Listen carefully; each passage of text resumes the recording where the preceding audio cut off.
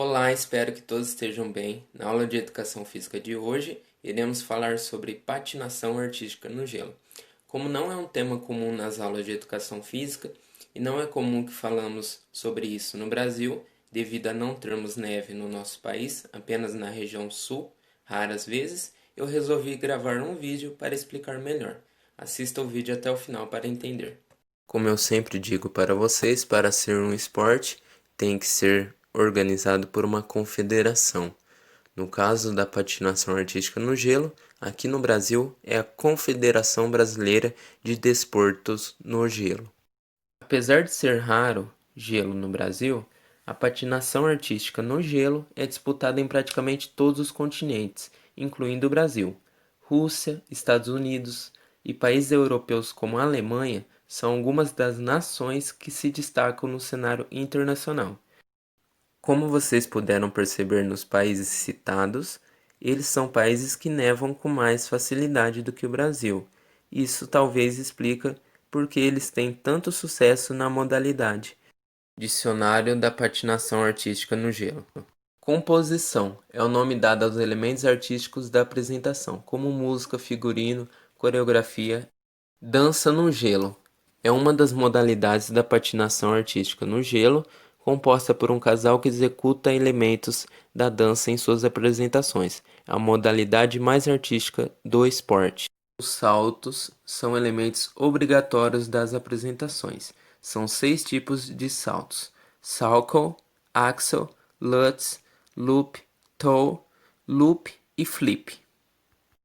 Há 2 tipos de apresentações: o Short Program e o Free Skate. No primeiro, como o próprio nome diz, significa programa curto, e é a primeira apresentação dos atletas em uma competição, em que eles executam elementos obrigatórios em um período menor de tempo. Já o segundo, o Free Skate, também conhecido como programa longo, é a segunda apresentação dos atletas e eles têm a liberdade para executarem os elementos que desejarem durante suas coreografias. Além disso, o programa curto individual e de pares não deve passar 2 minutos e 50 segundos, enquanto a patinação livre dura 4 minutos e 30 segundos para homens e duplas e 4 minutos para mulheres. Equipamentos. Vestuário é escolhido pelos competidores a fim de ser o mais confortável e atraente possível.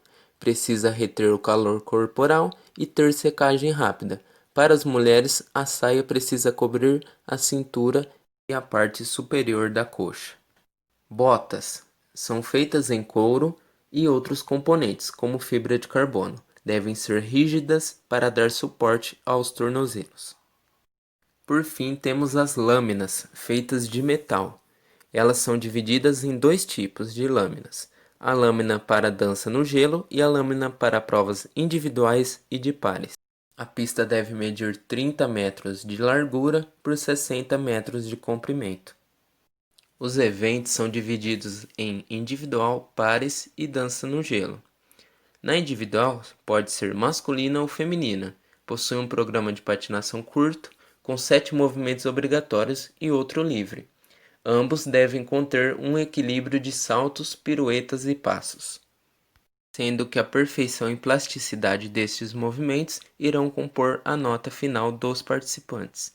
Nos pares, assim como na disputa individual, os patinadores apresentam um programa curto, 7 movimentos, e outro livre. Um dos pontos mais observados pelos avaliadores é a sincronia entre o casal. Por fim, a dança no gelo, que é a única disciplina que autoriza o uso de música com vocais, ou seja, música cantada. Também é composta por um programa curto e outro livre, mas não são permitidos saltos com mais de meia volta ou piruetas. E os atletas não podem ficar separados mais do que poucos segundos.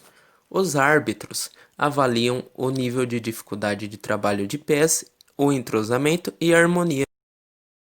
Na nossa região, a cidade de Ribeirão Preto conta com uma pista de patinação.